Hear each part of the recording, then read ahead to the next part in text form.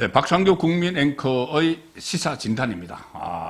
일부에서 저희들이 끝장 토론처럼 한번 해봤습니다. 네. 끝장 토론처럼했는데 결국은 뭔가 조치가 있어야 된다. 조치는 그냥 못 넘어간다. 선제적이고 예, 좀 선제적이고 획기적이고 예. 더 좀 깜짝 놀라게 좀 해야 이게 예. 효과가 난다는 것입니다. 이것저것 자고 오면 하면 안 된다.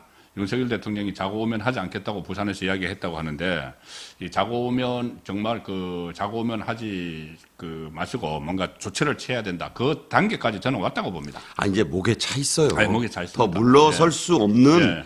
이게 선거가 없어서 그렇지. 그렇죠. 정말 그렇죠. 초미의 사태라는 게 뭡니까? 눈썹에 불이 붙었다는 거잖아요. 예. 저는 그런 상황이라고 봅니다. 예. 그리고 우리 박창규 앵커께서도 이제 장기간 동안 SBS 채널 A에서 메인 뉴스를 진행을 하셨고 하기 때문에 메인 뉴스 진행하면은 매일매일 흐름을 다 쫓잖아요. 다 보이죠? 다 보이죠. 네. 매일매일 흐름을 쫓으니까. 365일 보니까. 그러면 지금 이 상황이 얼마나 위험한지 그걸 이제 누구보다도 많이 이제 체감을 하실 것 같아요. 진짜 위기예요. 네, 그래서 자 일단 일부에서는 윤한 대결 해법을 모색해 봤는데 그 중에서 또 하나 짚어볼 부분이 하나 있었어요. 네. 뭐냐면은 한동훈 대표가 그러니까는 이재명이 그제 윤한 해동이 있는 날 최고위원회의에서 이런 말을 했어요. 해동 가서 또 윤한 이제 갈라치기 하는 거죠 일종의. 그렇죠. 이관계죠. 틈새 벌리기. 예, 틈새 벌리기 하는 거죠. 한동훈 대표님이 이랬습니다. 그날 이례적으로 또 예, 그랬어요. 대표님이 가서 성과를 얻었으면 좋겠다. 그리고 기회가 되면은 야당 대표와도 만나길 기대한다. 이랬는데 이걸 해동 제안으로 받아들여가지고 박정아 비서실장이 언론 공지문을 통해서 오케이 민생을 위해서 회담하자 이랬거든요. 그러면은 그렇죠. 성급했어요. 성급했죠. 그러면은 용산에서 딱 볼 때 곧 서너 시간 있다가 들어올 여당 대표가 그러면 야당 대표와 회동을 한다. 그런데 그 야당 대표가 다름 아닌 11월 2일 날 김건희 규탄 장애 집회를 한다고 선언을 한 상태고 11월 15일, 25일에 1심 선고를 받는데 이게 과연 온당한가? 그래서 그날 해당 분위기에도 상당한 악영향을 미쳤을 것 같아요. 그때 제가 이재명 대표의 그 발언이 이제 방송될 때 그 내용을 상세히 기억을 하는데 분위기가 소가 닭 보듯 하다가 소닭 보듯 하다가 무슨 개가 원숭이 생각하나? 예. 아니 그때 이제 이런 거잖아요. 배석자 가지고 논란이 있으니까 배석자가 뭐가 중요합니까? 한동훈 대표님 가셔서 잘 말씀하시고 응원을 막 하는 느낌으로 얘기를 하더라고요. 그러니까 제가 볼 때 저게 지금 중요 회동을 앞두고 있는데 이재명 대표의 저는 일종의 이게 관계라는 생각이 들었어요. 저는 이관계다. 그래서 왜 그랬냐면 그게 회동 성사 이제 하러 들어가기 3시간 전입니다. 그래가지고 그걸 덜커덕 또 언론에서 뭐라고 썼느냐? 이재명 한동훈 이재명 회동 전격 성사. 그러니까요. 합의. 이렇게 이제 자막이 나갔어요. 용산 들어가기 바로 직전에. 3시간 전에. 그러니까 대통령이 그때 이제 중요한 외교 일정이 있었습니다. 여러분 아시다시피 마르크 리터 나토 사무총장하고 통화를 해가지고 통화를 했죠. 지금 북한이 10,000명이다, 12,000명이다 지금 우크라이나 파병을 하고 지금 거기도 난리가 났잖아요. 그렇죠. 거기에 대해서 나토 사무총장하고 통화를 해가지고 여러 가지 협조. 우선 우리가 이제 그 대표단을 먼저 보내겠다. 나토에. 그리고 추후 협력을 하자. 굉장히 중요한 어마어마한 중요한 얘기도 하고 영국 외무장관도 만나고 했어요. 그런데 이제 그 일정에 앞서서 이 소식이 딱 알아든 거야. 그렇죠. 그러니까 대통령이 좀 시쳇말로 화가 잔뜩 나신 거예요. 불쾌했을 것도 같아요. 그래서 이제 전언에 따르면 좀 속된 말로 빡쳤다.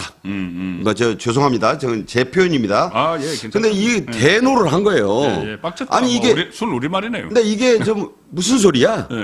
그래서 우리가 납득하기 어려운 한동훈 대표에 대한 소위 냉랭한 의전이 그때 시작이 됩니다. 근데 물론 우연일 수도 있고 하지만 그 뒤에 해석되는 부분이 그래서 그 회담장 좌석 배치 사각형. 네, 이런 것들이 다 이제 둘이 이렇게 앉은 거. 자, 첫 번째 24분 5분 늦었잖아요. 그 이제 근데 통화하고 하느라고. 물론 그렇지만 외교 일정으로. 그때 이제 이런 생각이 들어요. 그때 기온이 2, 3도 예. 쌀쌀했습니다. 바람도 불고.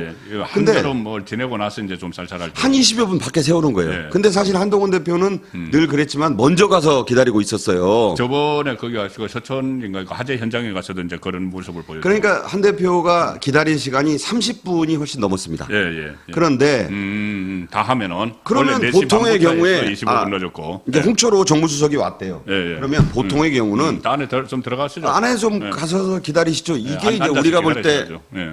상식에 부합하는데 예. 아니 홍철호 그 수석이 정무수석이 가서 맞이했는데 무슨 홀대고 예. 밖에 세워놨다 그러느냐. 근데 모양이 그렇잖아요. 그렇죠. 그래서 홍철호 수석하고 밖에 서서 얘기를 한 거예요. 예. 그러니까 오실 때까지 그냥 뭐 여기서 좀 대기하시죠. 이렇게 된 거는 누가 봐도 안에서 기다려도 되는데 이런 생각이 들었고 그렇죠. 두 번째 그 뒤에 이제 언론이 한 인물을 다가 빨간 그 원을 쳐가지고 계속 그게 보여줍니다. 보도를 영상에서. 그게 누구냐? 예. 정리를 요구한 네. 7, 8인 그 김건희 여사 라인으로 지목된 사람 중에 하나 이기정 예. 의전비서관입니다. 예. 홍보기획비서관을 하다가 의전비서관으로 승진한 예. YTN 기자 출신이에요. 과거에 그 저기 MBC 샌달 기자하고 샌달 기자에게 막 이거 지적을 했던 그 기자. 그렇습니다. 그 이제 대통령 도어 스태핑 때 예, 없어질 때. 그때 뭐 이게 팔짱 끼고 예. 와서 MBC 샌달, 기자가 뭐라 MBC 그러니까 샌달. 맞서서 이제 말싸움 했던. 벌인 사람 예. 바로 그 이기정 비서관인데 이제 저하고도 잘 알아요. 사실은 나이가 비슷합니다. 그런데 그 이기정 비서관이 계속 그 산책을 하는데 같이 있었다는. 그 이제 어린이 공원 산책을 하는데 지근거리에 보였어요. 근데 이것은 의전 비서관인데 그러면 당연히 자기 일 한 건데 뭘 이렇게 하는 거냐. 그런데 이미 언론을 통해서 명단 다 나왔고요. 그 중에 라인으로 지목한 그 인사입니다. 그리고 그 얘기도 이제 한동훈 대표가 그날 면담에서 했대요. 그런데 굳이 한 그 윤 대통령과 한 대표의 그 산책, 멀지 않은데 산책 그 뒤에 계속 이렇게 밀착해서 이제 수행을 했습니다. 그러니까 방송들이 거기 이제 동그랗게 원을 쳐가지고 그 계속 이제. 자, 저거는 뭔가 메시지다. 이렇게 이제 해석을 했어요. 그다음 이제 내부가 공개됐잖아요. 회담이 시작되고 긴 이 나무 의자 거기에 나무 탁자. 네, 나무 탁자에 이제 앉았고 그 벽에는 태극기도 없고 장식도 없는 그런 방이에요. 그 야외 정원에 있는 부속된 방입니다. 그렇죠. 그런데 거기에 이제 그 전자 괴종식 뭐 이게 시계 하나 걸려 있고 자 너무 심플했죠. 의자도 그냥 간단한 의자였고 자 좌석 배치 어땠습니까? 삼각형이잖아요. 대통령이 앉고 좌우로 건너편에 오른쪽 화면에서 오른쪽에 한 대표 그렇죠. 왼쪽에 정 실장. 자 이게요. 왕이 조선시대 뭐 그전에도 그랬어요. 왕은 등을 북쪽에 대고 남쪽을 바라보고 있습니다. 그래서 왕이 바라보는 거 사극에서 여러분 잘 보시면 왕의 앞에는 아무도 없어요. 신하는 어디 있습니까? 좌우에 있습니다. 좌우에 이렇게 부복을 하잖아요.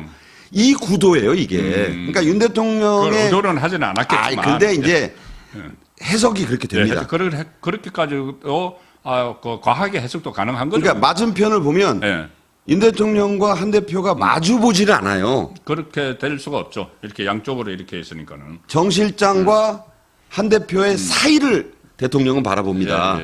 그리고 이게 뭐냐면 중앙지검장 시절에 3차장 검사였어요. 한동훈 대표가. 그렇죠. 그러니까 3차장이 보고하는 그런 스탠스입니다. 그래 이제 그런 모습이 그 연출이 돼 버리는 거죠. 자, 이러면서 이제 소위 이게 자리 배치의 문제까지 지적이 됐고. 그러니까 푸대접 논란이 일어난 거죠. 자, 그러니까 이런 부분은 제가 기자니 출신이니까 그냥 팩트만 말씀을 드린 거예요. 그렇죠. 해석은 여러분들이 하시기 바랍니다. 그래서 좀 더 과거에 이제 이재명 대표가 왔을 때 그 방을 여러분 기억을 하실 거예요. 그리고 이제 그 맞아들일 때의 장면도 밖에서 이렇게 악수하고 들어오지 않고 그 안에서 또 이게 그렇죠. 나름 따뜻하게 맞았잖아요. 이런 것부터 시작해서 이게 보기에 따라서는 굉장히 좀 이게 대접을 좀 냉랭하게 하셨어요. 그래서 여기에 대한 해석이 그럼 대통령을 저렇게 격분하게 만들고 또 저런 대접으로 이어진 원인이 뭐냐? 원인이 그러면 3시간, 4시간 전에 있었던 그 이야기 아니냐? 이재명과의 전격적인 합의. 아니 도대체 나 만나러 오면서 그러니까. 이재명하고 합의해서 회동하기로 나를 지금 압박하겠다는 거야? 이게 지금 뭐 하는 점점점 이렇게 된 겁니다. 그러니까 이런 모습들이 전부 다 지금 그 윤한 사이에 얼마나 큰 이 강이 놓여 있는지 좀 그거를 좀 상징적으로 대변을 하는 것 같은데 그렇죠. 이게 좀 이럴 때가 아닙니다. 저 일부에서도 살펴봤지만 어쨌든 뭔가 선제적이고 강력한 조치가 있어야 되는 것이고 그렇지 않으면은 그 말은 한동훈 대표 말도 맞는 것 같아요. 일부에서 했지만은 11월 15일 1심 선고 나오기 전에 어떤 조치가 없으면은 이재명에게 떠난 민심이 우리에게도 오지 않는다. 오메일리아를 떠난 사람들처럼 안 돌아온다. 예. 그래서 그 부분을 정말 심각하게 생각을 해야 되는데 더 심각하게 생각을 해야 될 것이 지금 그 우파 지지층이나 이 부분입니다. 이재명 선거 앞두고 11월 2일 날 본격적으로 장외투쟁 들어가겠다. 이거는 지금 탄핵 열차를 출발시킨 거죠. 이건 아마 1심 유죄 대비해서 극성 지지층들 총동원령을 내렸다. 저는 이렇게 보는데. 거의 겁박이죠. 급박이죠. 겁박 시위가 들어간 겁니다. 이게 뭐냐면 자 롱패딩을 준비하겠다. 롱패딩이요. 짧은 패딩도 아니고 굳이 롱패딩이란 말을 썼어요. 롱패딩 어쩔 때 있습니까? 추울 때 저 다리 발목 부분까지 내려오는 거 다 입겠다는 거예요. 국가대표. 겨울 내내 저 거리에 있겠다는 이야기죠. 뭐 11월 25일 2심 그 위증교사 때까지 우리는 그냥 장외에서 광화문에서 용산에서 그냥 모든 개딸들 시위들 다 동원해 가지고 판사들 겁박하겠다. 뭐 아주 위력 시위를 보여주겠다. 위력 시위 하겠다는 거죠. 네, 이게 이제 그러면 이제 이대명이나 주요 인사들은 안 하겠지만 탄핵이 무슨 얘기 나오겠습니까? 탄핵 얘기 나오는 거예요. 그렇죠. 탄핵 구호 나옵니다. 뭐 개국본 하야 나오는데 여러 좌파 단체들이 다 모여서 아주 스피커를 최고 출력 틀어놓고 탄핵 얘기하게 돼 있어요. 그래서 그게 이제 그렇게 하는 이유가 1심 두 가지예요. 하나는 1심 재판부에 급박을 하는 거죠. 당신들 지금까지는 우리가 회유를 하고 있지만은 지금까지는 재판부를 회유를 했거든요. 법 왜곡죄에서 처음에 이제 판사를 겨냥해서 법 왜곡죄 만들었다가 법 왜곡죄에서 판사 빼줬어요. 그렇죠. 판사 빼주고 법원의 최대 수건 사업, 수건 민원이죠. 뭐냐면은 법관 임용 기준 낮추는 거. 10년에서 5년으로. 예, 그것도 속전속결로 다 처리해 줬어요. 그러니까 막 판사들의 민원은 그냥 뭐 손이 안 보리게 지금 도장을 찍어 주는 거예요. 도장 찍어줍니다. 도장 찍어주는데 이게 1심에서 유죄가 나오면은 그때부터 돌변을 할 거거든요. 그렇죠. 개딸들이 돌변을 하니까는 이거 미리 보여줘서 이제 그 판결에 영향을 미치는 게 하나 있고 하나는 만약에 이재명이 1심에서라도 이 피선거권 박탈형 특히 선거법에서 100만 원 이상 나오면은 민주당은 434원 토해내야 되거든요. 434억 원이죠. 그러면은 이게 이재명 손절날에 나올 수가 있으니까는 거기에 대비해서 지금 지지층을 결집하는 그 두 가지 용도로 지금 장애 집회를 하겠다는 거죠. 그렇죠. 지금 뭐 말씀하신 게 너무 정확한 말씀이고요. 그 법관들을 10년이 돼야 임용이 되는데 5년으로 줄여준 거는요. 이게 정말 그전에는 반대했어요, 민주당이. 그럼요. 그거 안 된다고 하던 건데 돌변하는 겁니다. 그러니까 이재명 재판이라는 그 앞에만 가면 그냥 모든 게 다 돌변하는 거예요. 그러니까요. 지금 민주당은 그야말로 이제 이게 아까 말씀하신 그런 벌금 100만 원 말씀하셨는데 제가 잘 아는 이 변호사들에게 좀 물어봤어요. 구형은 이런데 어떻게 나오겠느냐. 하나는 2년, 3년 나왔죠. 네. 징역형의 집행유예를 말하더라고요. 이거는 벌금형은 아니다. 왜냐하면 최고 형량 3년을 구형했기 때문에 그렇죠. 줄일 수 있는 한계가 있다는 거예요. 같은 법 가지고 적용하는 거예요. 검찰이 갖고 있는 법전이나 그 판사가 갖고 있는 법전이나 똑같아요. 양형 기준표라는 게 있습니다. 있죠. 물론 지금 주심 판사가 좀 우려스러운 인물이다. 김동현하고 그래서 그런데 이게 좌배석 우배석이 있고 합의하게 돼 있습니다. 그럼 요즘은 그래요. 배석 판사가 짬밥이라는 어쨌든 배석 판사가 그렇죠. 경력 있는 판사들이에요. 그렇죠. 다들 이게 그냥 법조계에서 조금 전에 말씀하신 대로 5년 이상 지금 그럼요. 경력 있는 사람들. 얼라들 아닙니다. 이분들하고 합의하게 돼 있어요. 그리고 이게 너무나 구체적인 그러니까 유창훈이 이란 사람 그거 아시잖아요. 단독. 네, 그때 그 구속을 나 50년 이상 감옥에 있어야 될지도 모르니까 제발 선처해 주세요 하고 이재명이 눈물 콧물 흘렸다는 그 사람조차도 물론 이게 아니고 위증교사 얘기지만 위증교사는 그 소명이 되네요. 자, 법률 용어로 소명이 된다. 이건 죄가 인정됩니다 그랬어요. 자기 편으로 생각할 만한 사람도 그 1심 선고법 거짓말한 것도요. 증거가 너무 많아요. 차고 넘칩니다. 그렇죠. 그러니까 검찰은 3년 구형에서도 무죄 나온다고 얘기하는 분들이 많은데 그 변호사들 안 그래요. 징역형의 집행유예. 구체적으로 그렇게 얘기하고 있어서 최소한 벌금형도 100만 원 근처 안 나올 거예요. 그렇게 봅니다. 그러니까 이게 지금 중요한 말씀을 하셨는데 이제 배석판사 문제가 있지 않습니까? 뭐냐면은 유창훈이 정말 어이없게 영장을 기각을 했는데 그거 영장 실질 심사는 혼자 합니다. 그때 단독이죠. 유창훈 단독을 하는데 이거 지금 그 선거법하고 위정교사는 합의보니까 합의부 부장판사가 한 사람은 이재명 그 재판 질질 끌어준 사람, 또 한 사람은 좌파 성향의 그 인권법 연구회 소속 뭐 이래서 좀 우려를 하지만은 그 양쪽의 배석 판사들은 그 전에는 배석 판사들이 완전히 판사들의 서열에 의해서 그냥 선배님 하십시오 했지만 말 그대로 배석이죠. 네, 그냥 옆에 앉는 거 등 뒤에 이렇게 그러니까 같이 앉는 사람들이었어요.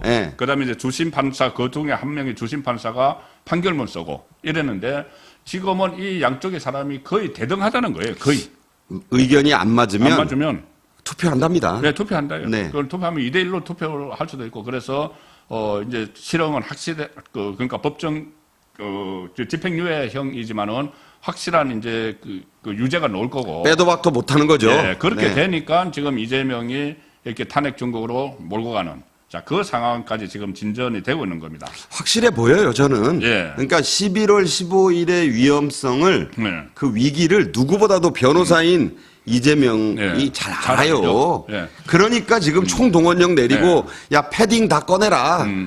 뭐 이렇게 된 겁니다. 그리고 거기다가 또 하나 이게 11월 15일, 25일도 있지만 이재명이 가장 무서워하는 게 대북 송금이거든요. 북한 조선노동당에 800만 달러. 뇌물 준 사건. 특가법 뇌물. 이화영이 9년 6개월 이미 구형 받았잖아요. 이제 이화영이 9년 1심을 받았죠.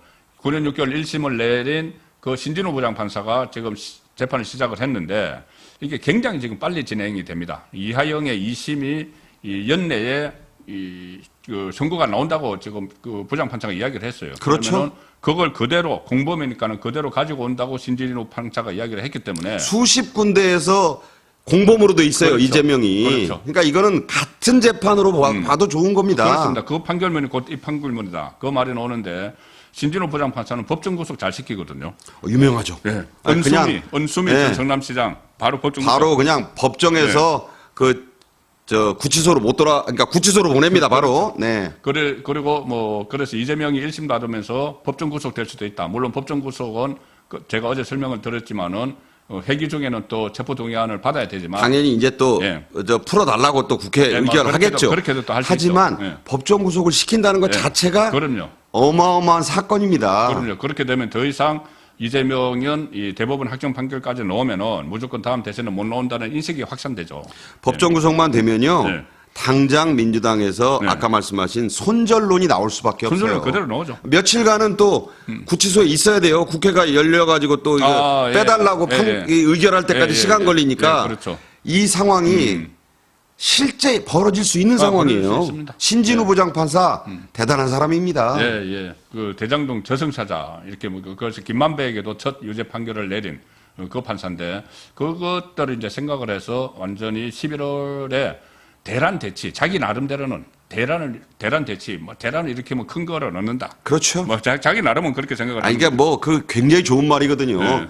대란 대치란 말이 큰 난일수록 크게 다스려야 된다는 건데, 그런 멋진 말을 왜 자기 살아남는 범죄 행위의 그 허접스러운 일에다 갖다 붙입니까? 저는 그 말 듣고 깜짝 놀랐어요. 자, 그리고 이게 11월 되면은 조국 문재인도 갑니다. 갈 가능성이 있습니다. 또 부속 하나 더 있잖아요. 황운하. 황운하. 그러니까 조국은 이제 버티고 버티다가 11월에 대법원 확정 판결에 나올 가능성이 굉장히 많다고 법조계에서 이야기가 나와요. 이게 연말 안에 내려야 돼요. 네, 그 확정 판결 나오면 바로 네. 자기 발로 감옥 가야 되고. 2년 동안 가서 이제 감옥 스쿼트 네. 해야 됩니다. 그렇죠. 그리고 스쿼트 한다고 했죠, 자기가. 스쿼트 하고 뭐 운동 계획은 다 짜놨대요. 운동경 다 네. 자기 운명을 아니까 이제 짜놨겠죠. 이번에 또 영광곡성 다 졌으니까 그렇네. 이제 이 세력도 확 네. 쪼그라들었습니다. 네, 그리고 거기다 또 그 당에 넘부터 항우나 거기도 딱 떨어지잖아요. 대북 성공 사건 그 하명 수사 대북 성 죄송합니다. 그 울산시장 선거 울산시장. 불구개입 그 하명 수사했던 울산경찰청장 그것도 뭐 혐의와 형량이 네. 거의 그 다 굳어져 있어요. 그 1심에서 3년을 받았는데 그렇죠. 2심을 그 검찰이 5년 구형을 하면서 반드시 법정 구속시켜야 된다고 검찰이 이야기를 했어요. 그러니까 2심에서. 이제 그 2심이 구치소로 가는 재판이 될 수 있습니다. 그렇죠. 네. 그리고 문재인 지금 문다혜 씨가 그 뇌물 사건, 이상적 뇌물 사건 한심하죠. 예, 네. 이번 달 안에 소환이 되고 그 11월에 그 문재인까지 소환이 될 수가 있어서 문의조 심판이 지금 본격적으로 되는데 그렇네요. 예, 문의조 심판이 이제 문의조. 그대로 되는 거죠. 그런데 이제 여기에 본인들이 대비를 하느라고 11월 2일 날 이재명은 장애 집회하고 11월 2일 날 같은 날 조국은 뭐 하는지 아세요? 뭐 합니까? 저 대구 가가지고 보수 심장이라는 오히려 대구 가서 탄핵 다방을 열겠다. 참 탄핵 다방? 그 정신세계가 참 희한하네요. 고향은 원래 부산인데 부산이죠. 왜 자꾸 대구를 가는 겁니까? 이제 속된 말로 골지르러 가는 거 아니에요? 부산은 몰라도요. 그 부산의 그 언덕배기에 있는 그 해관고등학교 네, 나온 해관고등학교 친구인데 출신이죠. 학번은 저하고 같습니다. 과는 네, 다르지만 네, 근데 젊은 시절에 저 본 기억이 나요. 대학생 때 봤습니다. 서울대 때 그 같은 학번이면 과는 다른데 여름에 부산에 놀러 갔다가 봤었어요. 그래? 그때부터 참 4차원이었습니다. 네, 뭐 기억이 생생해요. 입큰 개구리. 그때부터 명품 옷만 입고 네. 뭐 대화를 제가 나눠본 기억이 물론 옛날 얘기지만 그때부터 좀 정신세계가 희한했습니다. 아니 대구를 왜 갑니까? 지금도 그러니까 이제 이거 뭐 본인이 이제 곧 구속이 되니까 이것저것 저거 막 다 하는데 막장 정치를 하고 있는 상황입니다. 80년대 대학 학번들이 네. 그 일일 티켓 다방 많이 열었잖아요. 예. 그래서인가는 몰라도 웬 또 다방입니까? 그러니까. 뜬금없이. 거기 가시면 좀 울산 다방 그 사람들 많이 만나겠다는 이 의미 같은데 어쨌든 이런 식으로 지금 좌파의 몰락의 달 11월 좌파 몰락의 달인데 집단 몰락의 달인데 그럴수록 또 본인들을 살아남기 위해서 탄핵 정국을 만드는 이 상황인데 정말 여기서 일부에서 계속 달았지만은 이 우파가 정신 바짝 차려야 된다고 저는 봅니다. 더 중요하죠. 예. 자, 그래서 1부, 2부를 마무리하는 그 말씀을 한마디 좀 해주시죠. 특히 지금 이 완전히 탄핵 정국을 조성을 하는데 문의조 몰락이 다가오니까는 그것을 피하려고 탄핵 정국을 조성을 하는데 여기에 어떻게 마셔야 되는지 물론 지금 사법 체계가 정상 가동되고 있기 때문에 그게 아마 무위로 돌아갈 건데 그래도 정치권에서 윤석열 대통령이나 한동훈 대표가 뭔가 좀 대응을 해야 되지 않겠습니까? 뭘 해야 될까요? 간단히 저는 이 말이 좀 떠오릅니다. 예. 이승만 전 대통령의 그 유명한 말. 뭉치면 살고 흩어지면 죽는다. 흩어지면 죽습니다. 예. 자, 이게요. 분열은 필패입니다. 고려는 필패죠. 그러니까 이제 해법은 다를 수 있어요. 네. 그리고 나라를 위하고 앞으로 이 여당 보수의 앞날을 걱정하는 심정은 다를 바가 저는 없다고 봅니다. 그렇죠. 다만 대를 위해서 소를 희생하는 거는 윤 대통령께서도 또 한동훈 대표도 저렇게 사실 한동훈 대표 제가 독대에 대해서도 말씀을 전에도 드린 게 뭐냐면 방송에서도 독대는 은밀해야 됩니다. 은밀해야죠. 은밀해야 되고 미리 의제를 막 공개하고 밖에서 이렇게 압박하는 모양새는 두 사람 그 윤 대통령과 한동훈 대표의 관계가 또 그런 사이가 아니지 않습니까? 싸우는 모양이 계속 확산돼 보일수록 누가 웃느냐? 이재명이 웃습니다. 그러니까 현명한 해법을 찾아야 됩니다. 자, 왼손이 하는 일을 오른손이 모르게 하라는 말도 있잖아요. 이게 뭐 종교적인 말씀 같습니다만 물밑에서 조율을 해서 이런 그 11월 지금 우리 송 선배 말씀하신 좌파 몰락의 어떤 이 리스크가 고조되는 이 시점에 우리는 뭉쳐서 해법을 같이 찾아 나가야지. 그렇죠. 쟤네들이 저렇게 수렁으로 빠지는데 우리가 그 수렁에다가 더 이 깊이 뭘 팔아야 될 사람들이 우리끼리 싸우면 또 뭐가 되겠어요? 그렇죠. 사다리 놓고 올라옵니다. 자, 그래서 저는 좀 더 해법을 같이 고민하고 네. 이런 압박이 이루어지는 모양새 네. 그리고 무조건 거절하는 모양새 이게 자꾸 언론에 보도되고 여기에 대해서 계속 뭐 네, 양쪽에 좀 자제해야 돼요. 윤한 갈등 네. 이런 용어 윤한 뭐 갈 때까지 갔다 네, 네. 뭐 루비콘강을 건넜다 뭐 네. 이런 루비콘강 건넜단 말씀은 안 돼요. 네. 그 시저가 로마 원로원을 깨트리려고 그 강을 건널 때 쓴 말이잖아요. 그렇죠. 아니 그럼 건너는 사람은 한동훈 대표고 저 로마 원로원에 계신 분은 윤석열 말이 안 대통령. 되는 이거 말이 안 되는 거예요. 루비콘 강을 건넜다는 말 쓰면 안 됩니다. 루비콘 강을 건너기 전에 해법을 찾아야 됩니다. 그럼요. 예. 상생을 해야 돼요. 예. 자, 이 기회를 놓치면 예. 11월 이 중요한 좌파 몰락의 어떤 전조가 지금 울렸고 이게 지금 예상이 되는 이 시점에 우리는 뭉치고 단결하자 이 말씀을 드립니다. 알겠습니다. 역시 통쾌한 시사를 바라보는 눈이 남다르고 그 앵커 시사 앵커를 계속 하셨기 때문에 전체적인 흐름을 맥락을 짚어서 오늘 1, 2부 좋은 그 설명을 해 주셨고 핵심을 짚었다고 봅니다. 자, 지난주에 이어서 오늘 또 박상규 국민 앵커 모시고 현안에 대해서 통쾌한 해설을 들어봤습니다.